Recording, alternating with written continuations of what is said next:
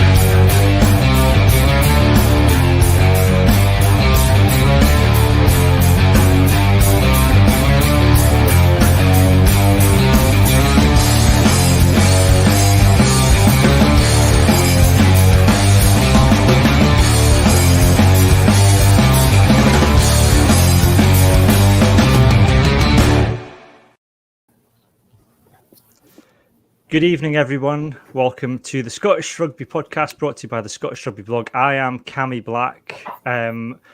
We've got to do this. We'll get through it somehow. Scotland France review. We've got some good positive stuff to talk about first. But joining me this evening, we've got John Anderson. Good evening, John. Good evening, guys. I was a little bit caught out there. I just remembered that these bottles are not going to open themselves. And we were just approaching the end of the credits, so the guys have just witnessed me do like a madcap dash to the kitchen and back. So if you just leave me out for like a minute while I catch my breath. Were you going to get a bottle opener, or you were opening the bottles I was going to get a bottle opener so that I'm ready. So I'm prepped. So I've got my bottle opener. We're sorted, right? Right. And we've got bottles there, out of sight, out of mind. I thought you were like that's just pre-opening the bottles so that you didn't have to. You could that would be. That would be pretty, time. like, just get a straw and just, like, string them together in some sort of, like, that, I mean, spectacular effort. You have turn IV tonight. We've also got Johnny McGinty. Good evening, Johnny. Good evening. How are we doing? That's my voice, by the way, just about recovered from Saturday afternoon. Yeah. We've got Craig Manson, fresh from his victorious triumph over Johnny, which we'll touch on later on. Good evening, Craig. Good evening, how are we doing? And we also have a very special guest this evening. We've got David from the Scrum of the Earth podcast. Good evening, David. Hey, folks, how are you? Really great to be here. I hope you can hear me all right. Yeah, we can hear you absolutely fine. You're far better dressed than any of us, David. Well, I had planned to do just some traditional Scottish kit, but after Johnny on Blood and Mud, it just, the bar has been raised. Yeah. I'm glad you brought that up because Cammy barely even tried on Blood and Mud. No. It's a podcast. it's a largely audio format, Johnny. Dressed for podding. Well, I told John if I ended up being late, I would just spritz some water in my face and say I just came from training. Yeah, it's Johnny's normal excuse, isn't it? You suggested it was only authentic if there was a protein shake as well. But, yeah, and you've got to have an ex-player's shorts hanging on your and the wee sleeveless number as well. Gum shield in the pocket. Yeah. The shorts are away just this week. Johnny was one of the very first guests on my pod, so I'm really still very grateful to him. That was fantastic. I feel like I did a pretty meh job of it. So thank you for it. Was good fun. I enjoyed it a lot. Good stuff. Look, I don't think we've got. There's not much news. I don't think, unless I've missed something major. John's shaking his head. Good. I think I've got a couple of things. You've got a couple of things, Craig. There's been a couple of re-signings at Edinburgh. Yeah, we've had Connor Boyle signed today. He's re-signed for again another whatever amount of time that the SRU won't tell us about. And also just a little thing that Edinburgh are donating £1 for every ticket sold to the Ukrainian relief fund, along with the actual team have come together and put 500 quid in as well. So they'll have £502 before any of you guys say anything. Before any of you say anything. I was ready as well. Your cult's got more than two people in there. It's fine. You've got at least 7 now. I've got at least 10 now. Yeah. 10? Jeez. I mean, is there like some sort of thing, like once you get to a certain number of followers in a cult, you have to like declare for certain tax purposes?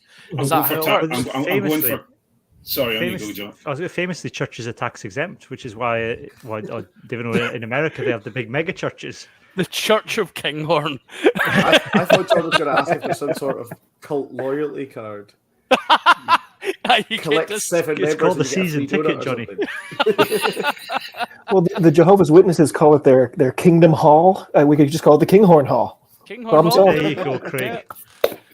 David, you're welcome anytime you want to come along on this podcast. Yeah. That's already a better name than the damn health. Yeah, exactly. I thought you were so going to go after the under-18s. I mean, I thought you'd be so desperate for a victory, Craig, given that you've lost, like 20 in a row now, that you were going to go for the Edinburgh victory in the under-18s fixture versus Glasgow. I wondered where you were going when you started talking about me going for the under-18s. I was like, whoa, John, take it easy, boy. It's not Patreon yet, son. Okay. As John has mentioned, we have a Patreon, which is patreon.com/Scottish Rugby Podcast, where you can sign up for £3 a month and you get a bonus weekly podcast where we let loose a little bit more. We do hands in the ruck, we have a bit of a swear, a bit of a giggle. Whereas in the main podcast, what we tend to do is we kind of talk about the games that have been on that particular week and catch up with any news. So if you want extra bonus weekly podcast, then sign up to the Patreon. If you're watching this live, we're on YouTube, Twitter, and Twitch at the moment. You can download the podcast on audio format on Apple Podcasts, Google Podcasts, Alexa, anywhere else that you can get a hold of podcasts. We'll be there in audio format as well. I wanted to start with the positive news from this weekend, and Craig, I'll start with you. Scotland, Colombia. What a fantastic moment for Scottish Rugby that was. Really, it's as far as I'm concerned, we need to start putting our hands in our pockets at the SRU and start paying these women some decent money. What a fantastic result. Absolutely. Okay, fair enough. I'm not going to say that Colombia, it was going to be a difficult game, but it was one of those games that almost like us going to go down to the... I was going to call it the Millennium, but the Principality, and thinking that we're going to win against Wales. It was we were just being very careful and saying, well, it's going to be a tough game, but it was a fantastic game against Colombia. You could watch Scotland women go through their processes, go through their different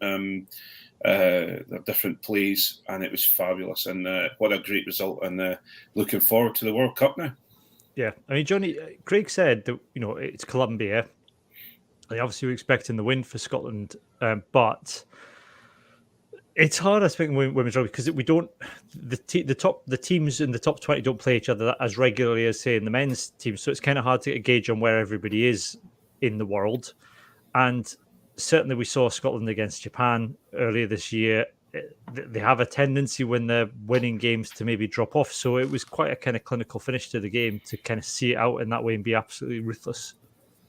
It was, yeah, and obviously when it's hard enough to watch women's rugby anyway, I'm not going to profess to have ever seen or known anything about Colombia women's rugby other than I knew that they were playing for the same spot in the World Cup as we were. So although, Scotland had every right to feel comfortable, Colombia had got themselves just as far in World Cup qualifier as Scotland had. So what Craig says is right. They were absolutely right to say, be really careful, say this is going to be a tough game, blah, blah, blah, blah. But once they got started, they didn't let up at all, which was great. Really good to see. And Judy Murray now, John, calling for women's rugby to go fully pro. So the word is spreading. Exactly. I mean, hopefully Judy Murray has more success with getting women's rugby to have some element of professionalism than she has with her campaigning to get tennis to be Scotland's national sport, because it's we've definitely not managed that yet. The Have you seen what antibody happens to clay? Have you seen what happens to clay courts in the rain?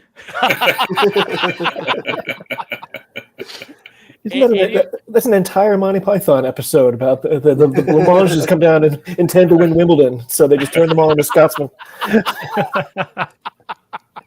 Yes, no, it's good to see, like high profile people. Like, to be fair, right, Judy Murray should already have been speaking up for Scottish Rugby.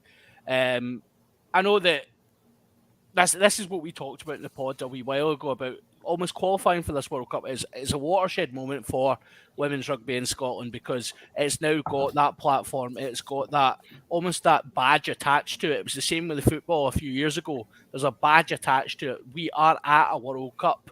Therefore, people like Judy will speak up. You'll get, you've got Nicola Sturgeon tweeting it. You've got all the kind of support, and it just drives that interaction. So it's great, and I think we were in a situation where we were probably all we were all quietly confident we were going to beat Colombia, but just to get that achievement, to get there, actually, when you think about some of the wins that came during the campaign, to actually get to that position, just a phenomenal achievement, and they should all be incredibly proud of themselves. Yeah, David, I'm kind of curious. Women's rugby is supposed to be the fastest growing section of the sport. How is it viewed in America? Because I'm looking at the rankings and I'm surprised to see the USA Eagles, I think they're called, down in 18th. Yeah, no, I'm not surprised. People here don't know what rugby is. So so if you told them there was actually men's rugby and women's rugby, that would just be more of a head scratcher, I'm afraid. So somehow we've become very aware of sevens. People are loving the sevens. And I think the women's sevens, too, have really captured people's imagination for sure. Yeah, it's the gateway rugby. I keep talking. I keep trying to. It's the way in. It's confusing though, because it's the least like American football, because it's faster. It's like, I think don't that be might bad with an American football, John. Yeah, I think that might be why too. I think people who are used to watching the NFL, when you say, "Hey, watch this rugby game," they're like, "I don't know what they're doing. It's too close, but it's not the same." I feel like you want to be farther away from the NFL. Maybe, yeah. So we're pleased with that. We'll keep an eye on how things are going. It's not a great group that Scotland are in, but we'll see. It'll be an experience. We made it. I think we used to talk about it when we were in Division 1 with the How Harlequins, and we used to get put, because we're in fourth, we would get put in with the Prem teams for the cup, and a lot of people would turn and go, "Oh, that's going to be a difficult issue." No, that's why you want to push. You want to push to play these teams. You want to see where you are. So no, for me, yes, it'll be a difficult group, but it's our first World Cup, and it'll give them a real chance to show themselves against these strong teams. It's what we've talked about throughout, Craig, isn't it? About you only learn from playing the best, and being in that group, being exposed to that level. Obviously they get that in the Six Nations with England every year, and you see the progress the players are making. Things, if you're playing Colombia every week, you don't progress. Put it that way. Yeah. So you have to be playing the best. Well, they always say steel sharpens steel, which is why my USA Eagles were so clever to let New Zealand blow us out by 95 points, because that really blunted that instrument right away, and they haven't been good since. Mission accomplished. We've got a comment actually. Callum on Twitch says American women's rugby are very good on TikTok. Good to see more of the Scots on there too. Need to get dancing, boys. I don't think we'll be. Finn, don't be doing. Finn might be dancing. I don't think any of us will be dancing on TikTok. If Finn wants to dance, I'll dance. We'll make it happen. Fine. Dance off. I'll rap "You're Welcome" and you and Finn can dance. There's lots of good stuff. What I would say is there is lots of good rugby stuff happening on TikTok. And I saw somebody, I can't remember who it was. I think it was some old white rugby journalist was moaning about it. There might be my hands in the ruck later, but I was like, it's a young person's thing. You're not going to attract young people to watch rugby by having more old white men talking about it, I say in a podcast. I feel attacked. Are you calling me old, Cameron? You're younger than me, John. Look, we're on Twitch. Look, what more do people want? I'm the youngest in the room. That's all I'm saying, know. guys. Anna also says the MLR seems to be doing good things with rugby in the USA. If by good you mean making Dougie Fife look like a world-class player, then yeah. Free Dougie. Yeah. I still don't. I know. I said this on the Blood and Mud podcast. And never in all my days did I think I would see Adam Ash sharing a stage with Fat Man Scoop, and yet the MLR delivered that. There's so many things the MLR are going to deliver over the next wee while. I'm quite excited to see what's going to come next. I love MLR. It's brilliant. Yeah. And you can watch it all for free as well. Mm-hmm. Is it kind of? There's a lot of people over here, and I'll be honest, that they're rugby geeks. Let's not beat about the bush. Who are massively into MLR, and some of the stash is outrageous, especially the Ella Giltini stuff is just beautiful. Well, funny you should mention Anna because she's going to LA quite soon and bringing me back some Giltini stuff. Is it? How much is it kind of penetrating over there then, David? Are people becoming more aware of it, or is it just kind of a slight curiosity at the minute? It feels like mostly a slight curiosity, but there's definitely more curiosity and more people expressing that curiosity for sure. This season feels a lot different. This feels like we graduated in some ways. The squads are deeper. My own Free Jacks, we could basically put together 2 23-man groups and have them fighting it out in training but it's a lot more Americans too, not so many, retired people from the Prem and from Australia and stuff like that. So I think, I'm optimistic. I think it's going to be a while. I interviewed a guy, Ollie Engelhart, recently, and I asked him, what is the answer? If I had an unlimited amount of money, could I make MLR huge? And he was like, no, because it's not in the schools yet. You're not playing it at middle school. You're not playing it in high school. Some people are, but it's incredibly rare. So they're doing this whole initiative where if you just get in touch with them, they'll send a bag of rugby balls to your school and then send a couple of coaches and players and just show up and do a training session with you if you want. They're really trying to get into the grassroots, which I think is probably the silver bullet. Yeah. God, they only started doing that in Scotland about 2 years ago. Yeah, we could actually still be doing with some of that. I was going to say, try and get a group from Glasgow or from Edinburgh to come out into the middle. I can't even think of the middle of Dundee to go and see rugby. If you're in a school in Fife and you phone up and say, "Oh, I'd really love to do some rugby in my school," you get me. Yeah, we'd take it. Schools in it, you get Matt Gittle. You are the Fife equivalent of Matt Gittle, aren't you? Jeremy McGinty, Fife, Matt Gittle. Elaborate, Craig, elaborate. He's not actually a Fifer, but he's trying to get Fife citizenship, and I'm not letting him. You're thinking of Quade Cooper. Yeah, I know. Plays every possession as a tad flaky and misses kicks when it's crucial. That's all right. Yeah, those are all correct. Yeah. Okay, we've delayed long enough. We're reaching 20 minutes in, and I think it's probably time to talk about Scotland France, if we must. Okay, thanks, you guys. See you later. John, I'll start with you, just because on the screen you're next to me, and I'll move around. I'll move around in a clockwise direction because it makes some sort of sense. I came away from that initially. My initial thought was, do you know what? France are amazing. We weren't that bad. This is just our place in the world, and we're going to be competitive. But when we come up against teams like France, who are on top of the game, and the All Blacks, and even arguably teams like England, we haven't got a hope in hell because we just haven't got the depth and the funding and all of that nonsense. And then I watched the game back again, and I thought, oh no, we were rubbish. So where have you kind of fallen on this? I watched the game twice. Right, so I probably almost had the opposite response first time round, where actually I didn't. So I don't believe France were that good. Right, France are a great team, best team in the world. I don't think they needed to be that good against Scotland because we made it easy for them. We made so many mistakes, so many errors. Tactically, we looked. For me, it was. I don't want to say it was like so. The Wales game was such a backward step, right? And what we really needed this week was a reaction. a reaction to that at home to say, look, that was an anomaly. We got that wrong. Let's put it behind us. Let's move on. France were clinical.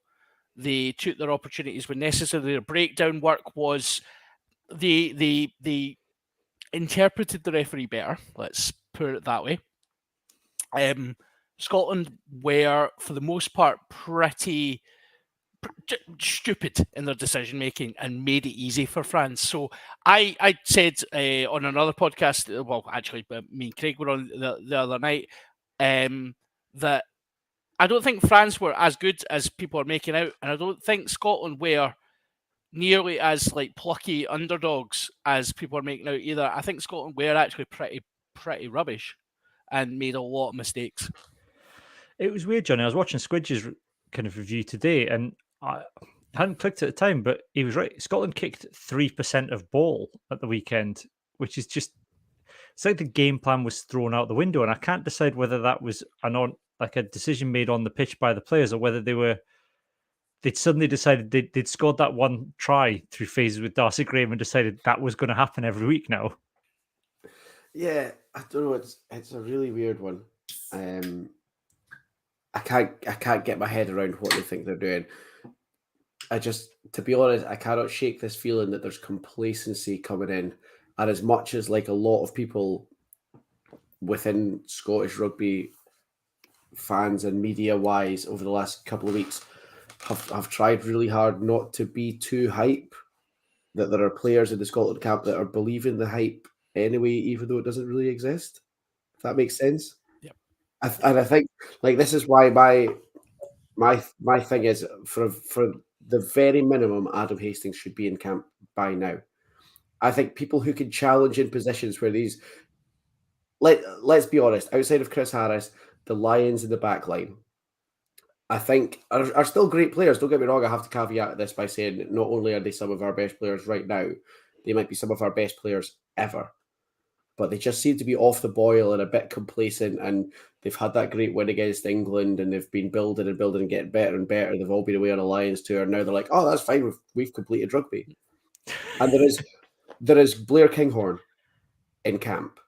And I don't have a problem with the Blair Kinghorn experiment. I'm all for it. But it is an experiment, and he is the only option. So there's no Adam Hastings, there's no Ross Thompson, there's no other options at fullback, there's very few other options on the wing. So the guys in there are just like, oh, that's fine, we do what we want, there's nobody here to replace us. And I think that needs to be shaken up a little bit. Just to sort of, people need to be made a bit uncomfortable, I think. Yeah. I think that's, Craig, what's your take on that? I mean, certainly I think we said after the Wales game, actually, that it was, it's Hogg and Russell, to me, either seem to be complacent or have a sense that they are so important to the team that they have to do everything themselves. Yeah, and that, we've been banging this drum for the last couple of weeks, Cammy. My take on it, where I felt we were positive on the weekend was actually everyone was telling us that the French forwards are going to come and absolutely smash everyone to pieces, and I didn't think we actually had that problem. I think our forwards, apart from realising that the French are holding Cameron Wokey up for a little while longer than normal. Yeah, okay, they've done it once. No, they're going to do it twice. Okay, now this is the third time. Right, okay, this is the fourth time. Maybe we could learn something here. I think that did my head in. But for most of the time, we were doing quite well in the forwards. And if you have a look at it, I have got a point here. I'm bringing it back around to what Johnny's just said. If you look at the most competition we have at this moment in time for places, is in the forwards. Yeah, because we have people within the forward group and within the squad who can just drop in and out, and we will get a very, very similar level of play.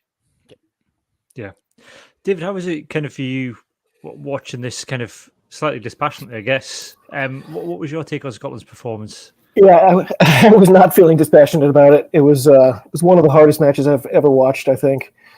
It so early did it feel like there's just no shot, and then you just sit there and wait and watch the score increase and increase, and the comms were falling over themselves in their rush to just pour dirt on Scotland. It was like, get out of the way! I have something else negative to say about them. No, my turn. It made it so much worse. We got smacked by a blizzard again on the Friday night before. So I used my technique of, okay, at halftime, I'm going to go out and just take out my anger on the snow in my driveway. And then I came back in and it was even worse. So that completely backfired.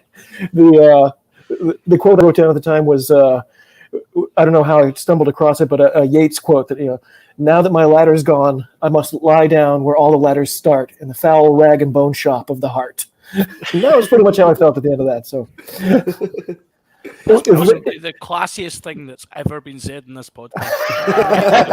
Right there, in a nutshell. 190 odd episodes in, someone has finally made a quote. Well, that 14-point swing, it looked like we were going to get a try late in the first half. There's Doohan's getting involved. Chris Harris is doing Chris Harris things. Then there's that pass that just goes off digits from Hoggy. I still don't know. Was that an errant pass? Was that bad by Stewie? Was it a combination? What happened there?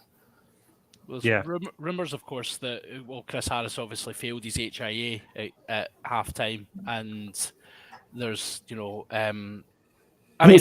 passing it to the wrong of the two stewards. He was saying,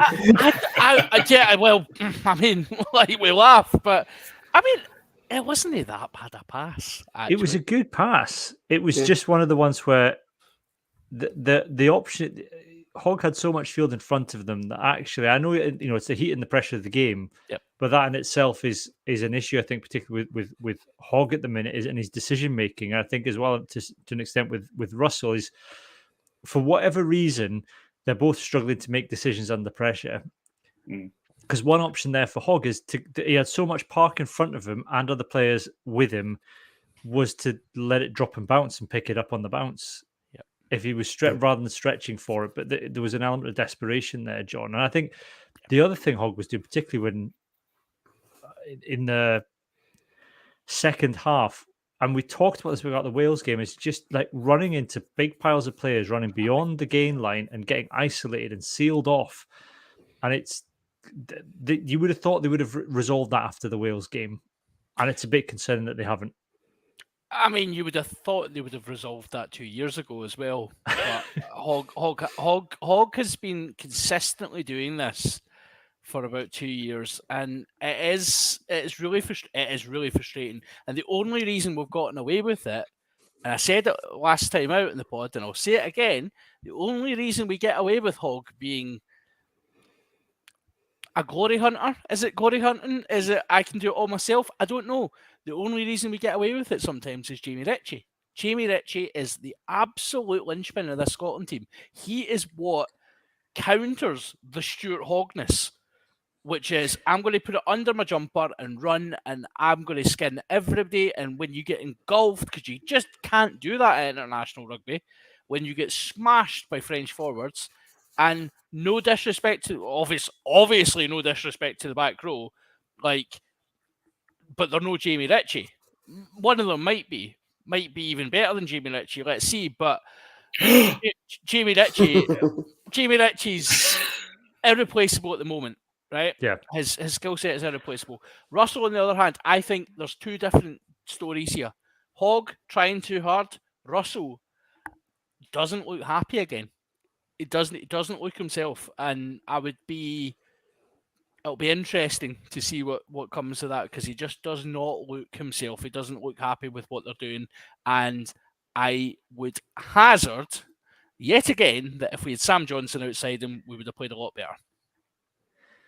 Okay, Johnny, on that, are Finn Russell and Stuart Hogg droppable? Has Gregor Townsend got it in him to drop one or both of them, even if it's for the Italy game? This is the thing that confuses me. 2 years ago, he dropped Finn for an entire tournament for having one too many beers. And now he seems to have completely bottled that as an option entirely. I don't understand. I would love to know what Adam Hastings has done, because it must be something horrendous. Maybe that bit's To not me, John and I were speculating it's the haircut he got when he went to Gloucester. It's just no longer acceptable. You know, to me, I don't even necessarily think that they have to be dropped for a game. But what I think really, really needs to happen again is that the spectre of them being dropped has to be there. Because if you look at the squad at the moment, it's not possible to drop them. So you need to at least make them think that they might get dropped. Because at the moment, they're right. I mean, they're two of Scotland's best ever players, and they think that we need them, and no matter what happens, we'll always need them, and that's the way it is. So they need to at least have the idea put to them that actually we maybe would do it without them for a game or two until they get their heads together and think, right, okay, well, we need to actually knuckle down here. Well, the pair of them obviously can't get dropped because the only guy that can replace the both of them is Blair Kinghorn. And even he, and I mean, Richie Vernon could play two positions at once, but Blair certainly can't. I'm going to come on to Blair. I'm going to come on to Blair Kinghorn later, Craig. Don't worry. Craig's just sat there stoically and silently. I'm not sure whether he's frozen. That wasn't a criticism. That was furious. not a criticism. Of course, it's a criticism. I was simply saying no. That you wasn't. just said that Richie Vernon could do. Could play both. And Could we're play talking more about- than we're one talking position. Blair talking Kinghorn about is Blair either a 10 Kinghorn, or a 15. I'm saying he can't play them both at the same time. He He came can't on physically against be on the park and play them same at the same time. That wasn't a criticism. He came onto the park, at 55, 60 minutes, and actually got us a try. More than what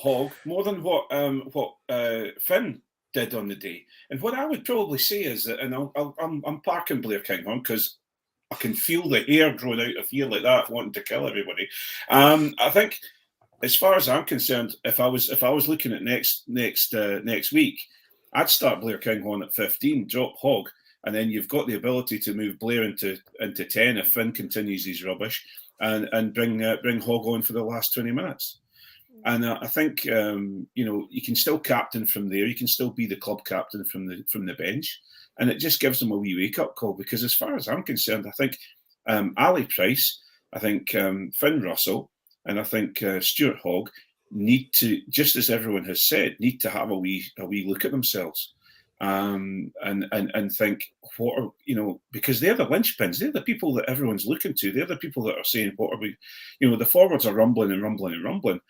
But, they're the playmakers. They're the ones that are supposed to, be taking us to this next World Cup, Is it, David, interesting on your takes? We've talked not endlessly about Stuart Hogg at captain, and we swung both ways from fullback shouldn't be captain, and Johnny, you've had your time on that. I'm not coming back to you on that. So all the way up to do you know what? He's not a bad captain, and actually this kind of makes sense. And it felt like at the weekend that Scotland almost kind of encapsulated the way that Stuart Hogg plays in a way that was like almost like a Stuart Hogg performance across 15 players. So is it? I'm just I put out to you. Do you think Stuart Hogg's the man to captain Scotland, or do they need to look elsewhere? I still think well, I talked to John about this too a little bit, and you guys have talked about it a lot, obviously. Should the 15 ever be the captain? Just the amount of field he's got to cover. I understand it's difficult.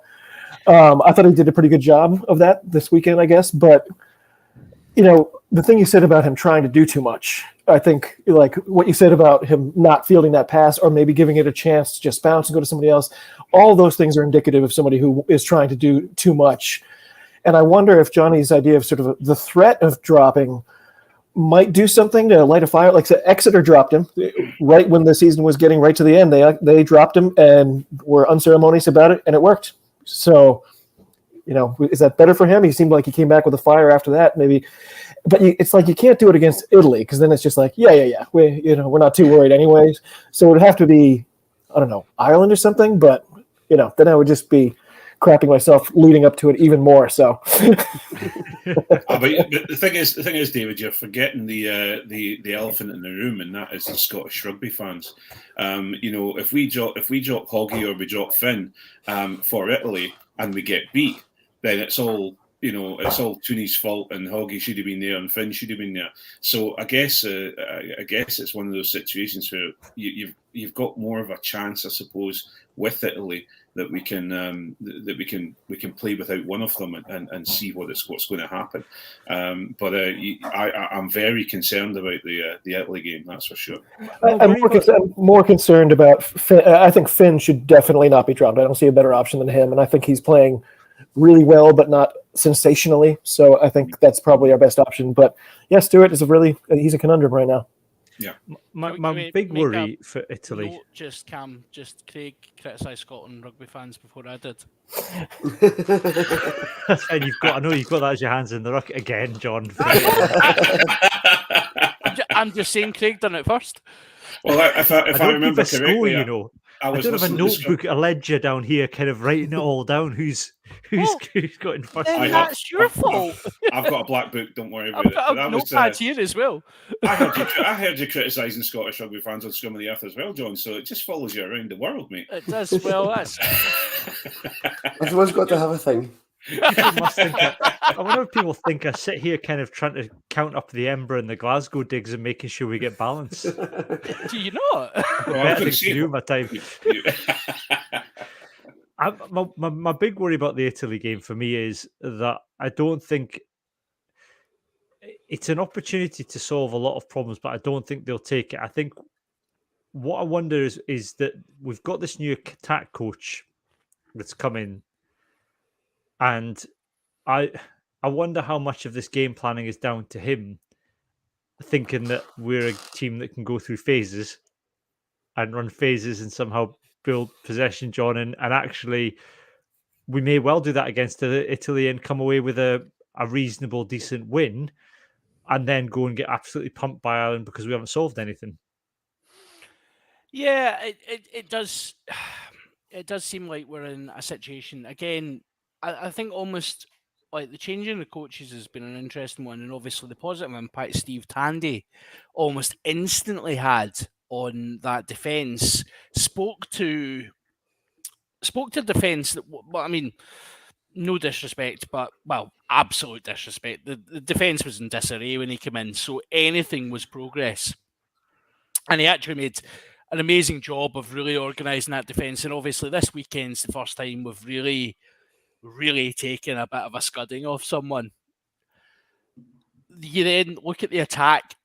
He's almost coming into a position where we were good anyway, and it is almost like we've kind of regressed. We're doing a lot more through the kind of 13 channel, and we're kind of trying to rely on Chris Harris as an attacking threat when he isn't that player. He's got attacking threat, that's fine, but he's not that threat. He's not that playmaker at 13, and he's not the guy to make that crucial decision.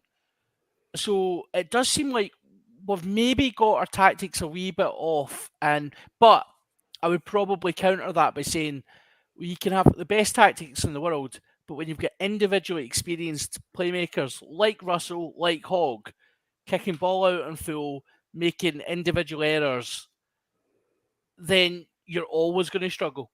And we really haven't helped ourselves. So I think the coaching team, they'll look at their role in it, but for me, it's individual errors throughout.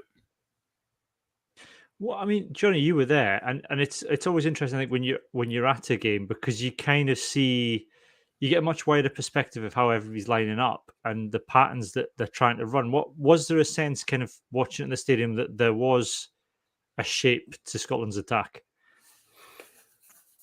Yeah, I mean, I could see what they were trying to do, but, and it might have just been one of those days where, another day that pass from Harris comes off to Hoggy and Hoggy scores, and then that changes the face of the entire game. It is little things like that, but you did get the impression again, and I don't want to be like bodying him the whole time, because once again, he is a phenomenal player and he's one of our most important players.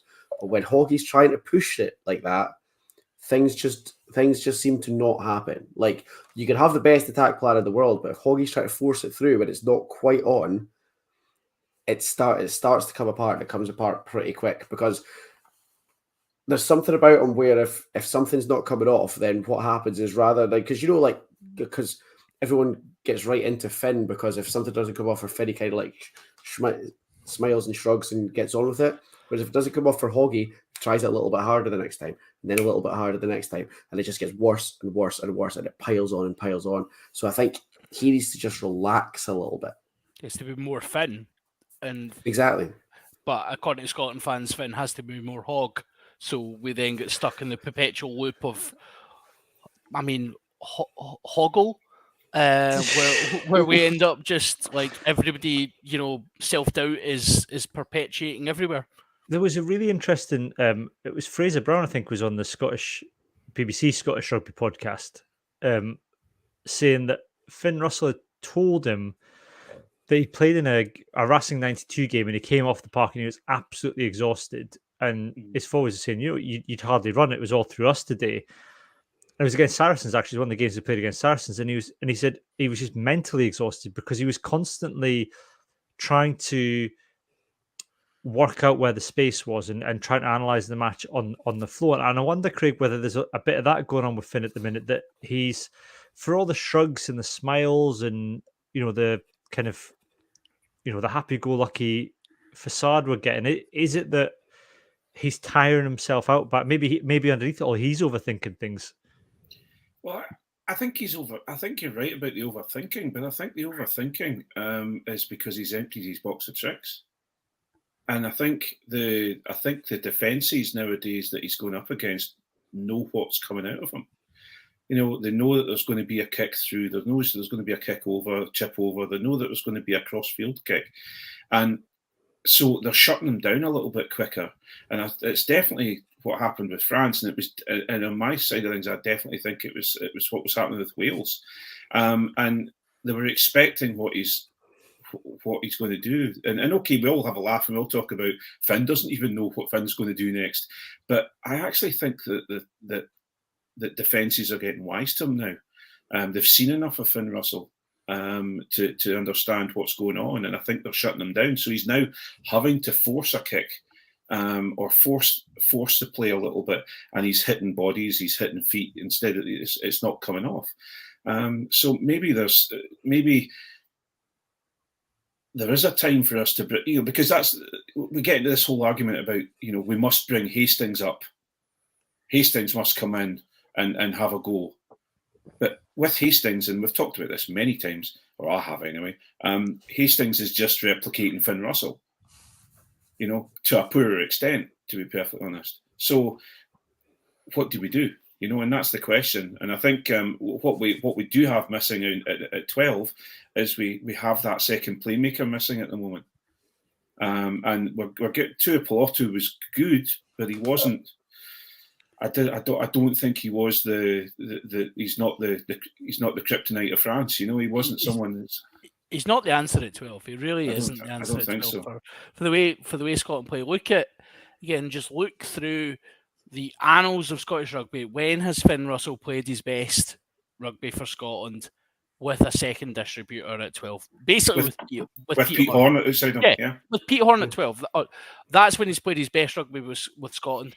He plays well with Sam Johnson. They link up well together. Sam Johnson has an underrated distribution game. He's saw as this bulldozing 12 who's very good in defence, but he has a great passing game, a great range of passing, and also picks wonderful lines. I would probably take your point around Hastings, Craig. I agree. There's to an certain extent we've talked about the whole replication thing. I don't think that's necessarily a bad thing. I think Finn could use a week off because I think he's played so much rugby. Yeah. He obviously came back from the Lions tour.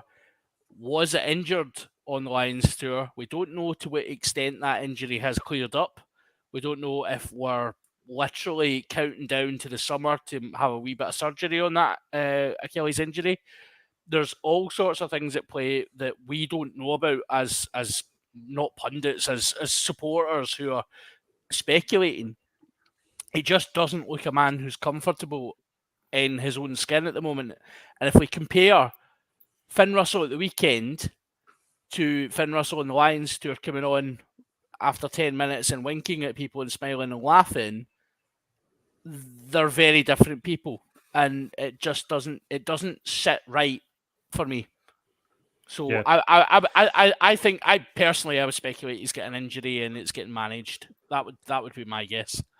David, I'm interested in your take on something Craig said, and it's about defences and teams starting to prepare for Finn Russell. And I guess it's a problem for Scotland as a whole now, is that in the past teams maybe haven't prepared for Scotland. It's been, here's Scotland, they might surprise us, but chances are they won't, and we'll probably win. So we'll just go with our own game plan. But I think definitely the weekend you could see that France had analysed every man 1 to 15. They've not 1 to 20, one right through to 23 on the bench as well, and knew what was coming in and nullified the threat all the way through. Even the likes of Chris Harris, they knew what was coming with him. Well, I think at the international level, especially, there's a lot more complexity on just game plans, both on offense and defense. I think France are very serious about that right now. I think they wanted to send a message, and I think they did. I found a silly stat too, which was so Fabien Galtier has only been there since 2020, or he was anointed the successor in 2020, but he didn't coach a game against us until 2021. Lost that, beat us, but that was in an autumn international, and then lost again to us last year. Sorry for the noise in the background. There's work being done, but. So until Saturday, France had never beaten Scotland in the Fabien Galtier era. But I think that reminds me of like the typical NFL stats where it's like, well, the Cleveland Browns have never beaten the Green Bay Packers in January away. And it's like, well, they've done that 3 times. So very few people beat the Packers in January, just for the record. That is true. Only Aaron Rodgers has that power. That's why we did go into the game at the weekend with such confidence as well, because we have had a good record against France, and our game, the way it has, even looking at that Wales game, which actually for me has now, there's been a light shone on how bad we were. That Welsh team are desperate, and we absolutely and utterly made a plat of it. And we still only lost by 3, and that kind of papered over a lot of the cracks. France, that defeat to France has been coming for Scotland. That kind of, the way we've been playing since the autumn, that kind of slapping about that we got off them has been coming. So really, we said last week, the Wales game, that's the wake up call. It's time to really show a reaction. This is now like that. This for me is the absolute, like, we can't not react to this now. But no. The thing is though, and what we are talking around a little bit here is the fact that France came full noise, and yes. And we from where we were sitting, apart from arguing with the guys that were getting up to go for a pee on a regular basis, we could you could see the patterns that France are playing, and we talked about it last night, John. Yeah, we did. The ruck protection was phenomenal. The ball presentation was phenomenal, and the ruck speed with Antoine Dupont was absolutely phenomenal. And when you've especially in the second half, when you've not got Chris Harris there, our defence just looked at sea. And so some of the okay, fair enough, that Pinot try where he just plucked the ball out of the air and landed, that just amazing stuff. But it was full noise, and so don't get me wrong, I think we are just as good as or we could have beaten France if we'd got on in the first half, if everything had come off in the first half and put some pressure on them. But they were absolutely phenomenal on the weekend. Does it mean for me? Sorry, John. I think Johnny. it's really gone to sort of to 3 tiers now for the rest of this year's tournament, because there's France and Ireland, and there's a gap, and it's not a small gap, and then there's us, Wales, and England, and then another possibly even bigger gap before Italy underneath, and that really showed itself. I think that it was starting to bubble at the second round of games, it really showed itself this weekend. Like those two, France and Ireland, are a good deal ahead of everybody else. It just kind of jumped out to me that, like, we've talked about beating France, and David's point is absolutely valid. You know, we've had such a good record against France, but look at the progress France have made versus where we are. Right? Okay, yeah, you're talking about back-to-back World Cup winning under 20s teams coming through the French system, but we genuinely believe we were the equal of that side and could win, and a lot of Scottish fans said that at home. And you're now looking at a site. So, like, does this? I think your point right at the start, Cammy, is does this put us in our place where you're looking at a French side that could go and win a World Cup versus a Scottish team that may not get out the group stage? But, and this is on the rewatch, because yes, that's how I felt after the game. 100% felt okay. There's where we are. We're top 8, right? And we can be anywhere between 5th and 8th, and we found our level. Yeah. And sometimes we'll give 1 to 4 a bit of a scare and maybe turn them over.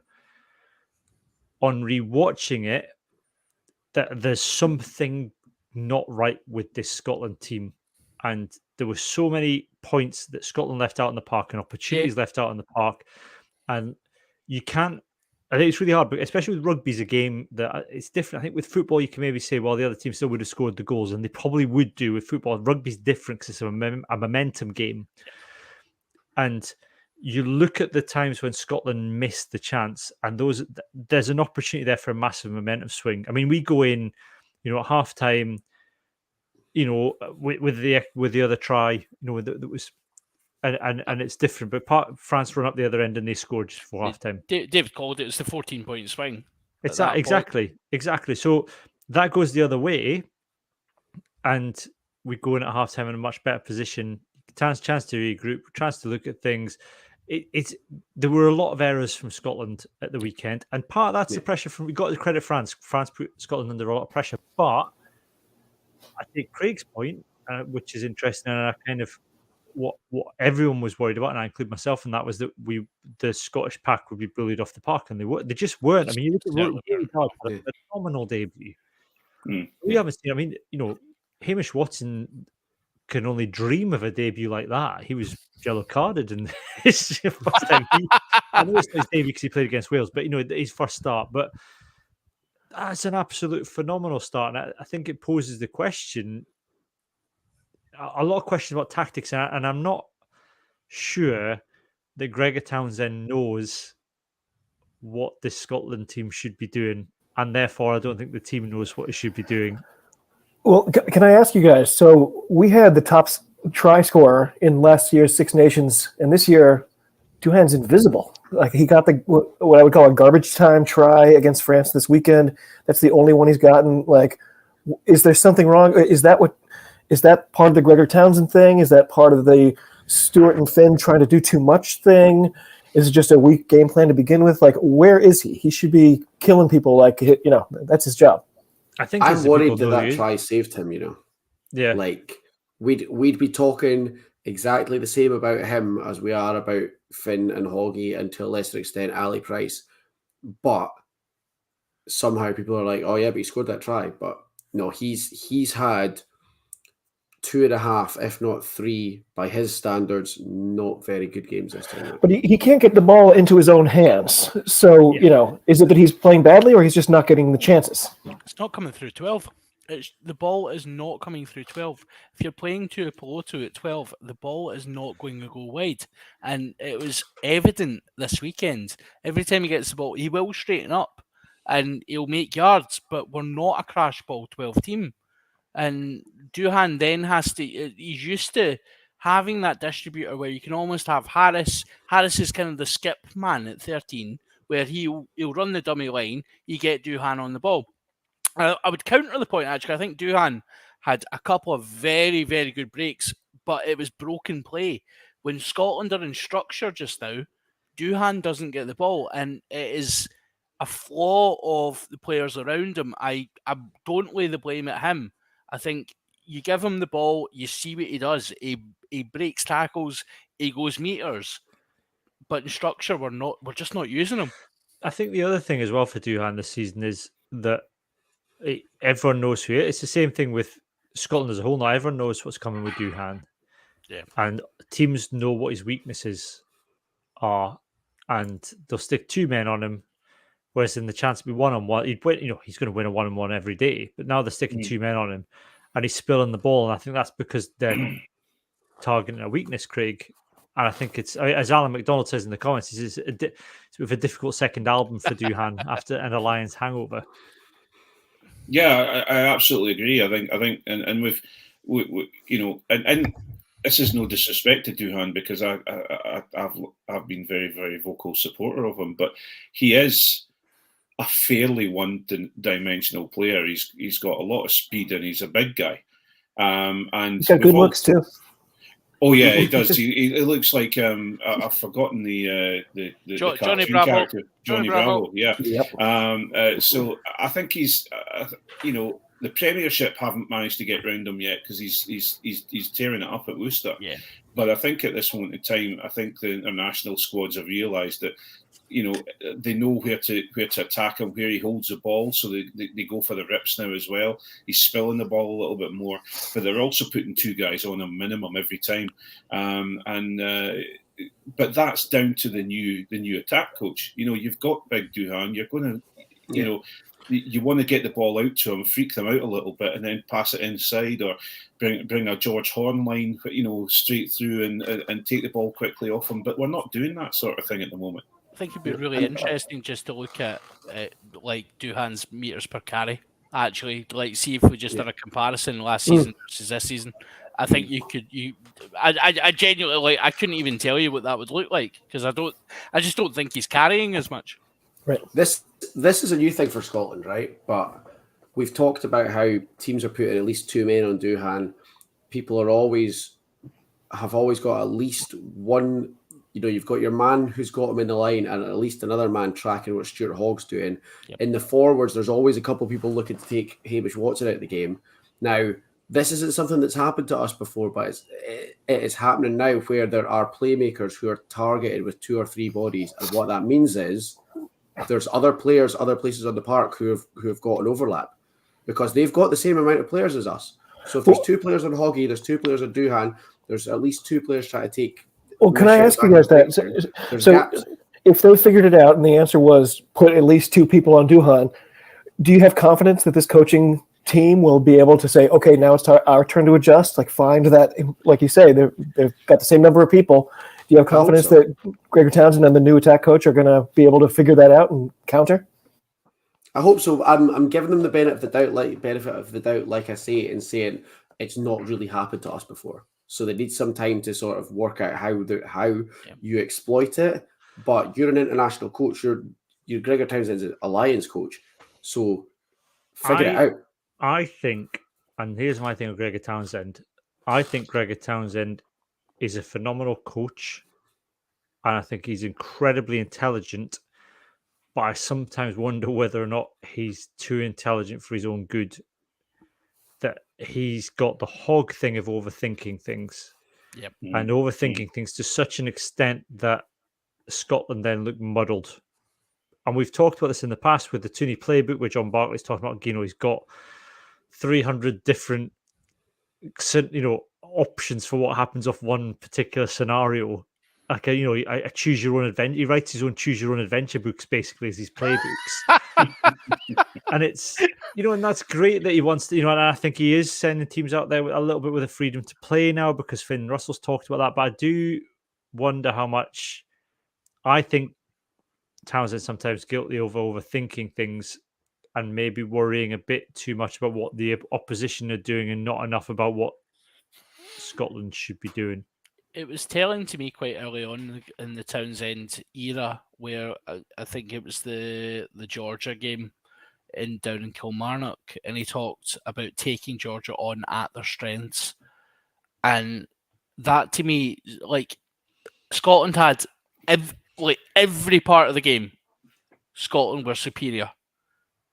That part of the game, it's like, yeah, I get that you want to try and nullify a strength, but that just, it struck me as a guy who overcomplicating what should be a very, very simple game. We've got talented players who are talented in their own way. We've talked about the Scotland way of playing, but yet we're moving away from that, and we seem to be trying to react to what the opposition are doing instead of playing our game. And, yes, potentially losing by 7 points to France or losing by 3 points to Wales, but also potentially beating these teams. Like the display at the weekend, take aside the whole losing Chris Harris at halftime, obviously slanted the scoreboard significantly, but it shouldn't be the case that happens, because the coaching team need to have contingencies for a guy that probably can't be replaced in defence, but you need to be able to, we looked like an amateur side when he went off. Yeah. I think it's the thing is that there's a really good book, and we spoke to it's the guy that does this is sports psychologist for Scotland, and his name escapes me for the moment. Damien Hughes. Damien Hughes, there we go. Wrote the Barcelona Way, and in the Barcelona Way, it talks about how Barcelona developed this big, turned into this big, massive club and all the things they put in place. And one of the things is Johan Cruyff, when he was in charge of Barcelona, had this whole mantra of, we don't worry about what our neighbour's doing. We don't worry about Real Madrid. And I get the sense that Scotland at the minute, Johnny, on a kind of final point, I seem very worried about what the opposition are bringing, and not as worried about what they are going to do to win a game. Yeah, and where the teams are so evenly matched, like they are in the Six Nations, there does have to be an element of you are taking on the team that you're playing, and you're working out what they're good at, and you're kind of playing around it. But at the same time, you have to have confidence in your own style and your own system, and say, we're going to go out and play our way. Like a few weeks ago, before the tournament started, and we were on the URC, we talked about Leinster, and Leinster do not care who they're playing against in the URC. Leinster know what they're doing, and they know how they're playing, and they do it, and most of the time they win. So it's you are dealing with teams that are very close to you in skill, in personnel, and it's 5 really, really high quality teams. So you have to take it into account a little bit. But I think Scotland are got this problem, like you say, of focusing on the opponent's game plan and trying to play around it, whereas what they should be doing is playing Scotland's game plan with an eye on what the opponent's doing. I think we are going the wrong way around at the moment. So I'll let David speak his point now. I'll make my final point. I was just curious, if you don't mind, can I throw a couple historical France versus Scotland numbers at you guys? Go on then. Oh, yes, great numbers. So, in the 5 Nations tournament, right, France played Scotland on 69 different occasions, France winning 34, Scotland 33, with 2 matches drawn. It's hard to imagine a closer record than that, right? In those games, France scored 756 points, Scotland 819. Again, really, really close. But you might feel like you're in the Chiefs' second row right now, because there's a big butt in front of you. David, careful. We've had 69 in big butts, right? I was trying really hard not to say nice. It's literally going to switch off to go to Patreon. I mean, you could have, 2 minutes. Sorry, 2 minutes. I like big butts. Come on. I can't lie. You cannot lie, I can tell. But then, of course, in the Six Nations, France have played Scotland on 22 occasions, France winning, and I don't know if you guys want to guess, how many do you think France have won out of those 22? 16? 17. Very close. Yeah. Scotland 5, no matches drawn. In those games, France have scored 504 points, Scotland's 330. And those numbers do include this past terrible, terrible weekend. So basically, these stats point to, as soon as Italy joined, we started losing to France. So it's Italy's fault. Damn it. Get him out of there. I would say once again, it's Matt Williams' fault, really. Craig, your final point. Just one last thing, and we always look to Murrayfield and to the Scotland crowd, and everyone talks about how difficult Murrayfield is to come to, and how the Scotland team thrive on the crowd at Murrayfield. I'll tell you one thing: there were 20,000 Frenchmen there, or French fans there, and they were loud. We were standing where we were sitting. The La Marseillaise was played, and I thought it was a home game. It was loud, and I've got to say, obviously, I didn't hear much of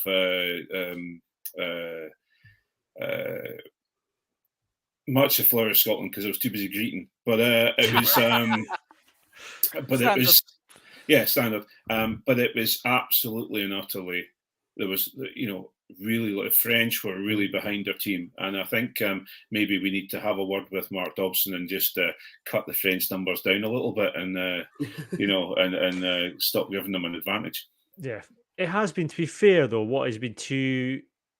Well, no, they made that. That's right, because they came over here and they played us during COVID, and everyone caught it. Spread COVID around Scotland. Yeah, that was they it was a caught- super spreader event yeah. for COVID when they came in. It was Yeah, COVID. that was the last game with fans, was it not? Yeah, it was. Yeah. It was the last Sunday. game with fans. We were there. I was there. Yeah. Because it got called off. The Wales game was the following weekend, and it got That's called right. off on But the day. I suppose it's the first. They're on the road now, and we're all, Anyway, look, Can I give you guys one more funny stat? you can give us one more funny start, David. To end Okay, I'm sorry to interrupt. I'm sorry to interject so much. So if you look at the last 20 meetings between France and Scotland, it's 14-6 in favor of France. No draws there. But 3 out of the 6 of Scotland's victories have all been in March. So if we had waited a week, if the schedule had fallen differently, this Saturday, would we be winning? Yeah, you see, we just needed what we needed to do. Just needed said Hamish Watson around kissing everybody in the squad to get everybody down with COVID, so that they could just phone it. There we are. We've come up with a solution. We know what went wrong, and there we are. That's all we needed. We'll end on this point. Dougie Lowe says the French gave him COVID 2 years ago. He was far too generous with his hip flask. If I only can we'd imagine known, Dougie Dougie, being- I take partial responsibility for that, for on this podcast in the January of that year saying it's just like the flu. You did say that. To be honest, it's not very well known that Dougie Lowe is generous. So we have to Look, To be fair, that, Johnny, I've got a conversation to have with you about Dougie at some point, but we'll save that have for the to have a Patreon conversation. podcast. Look, that's it for this week. Anyway, for the main podcast, if you're a Patreon, you can hang around if you're watching live, and we'll get on with the Patreon section of the podcast after this. If you are listening on audio and you're a patron, you can listen to the separate episode. If you are listening to the normal podcast, then we will be back next Wednesday to talk about some URC games this weekend, which there shouldn't be because of COVID. They're still playing them.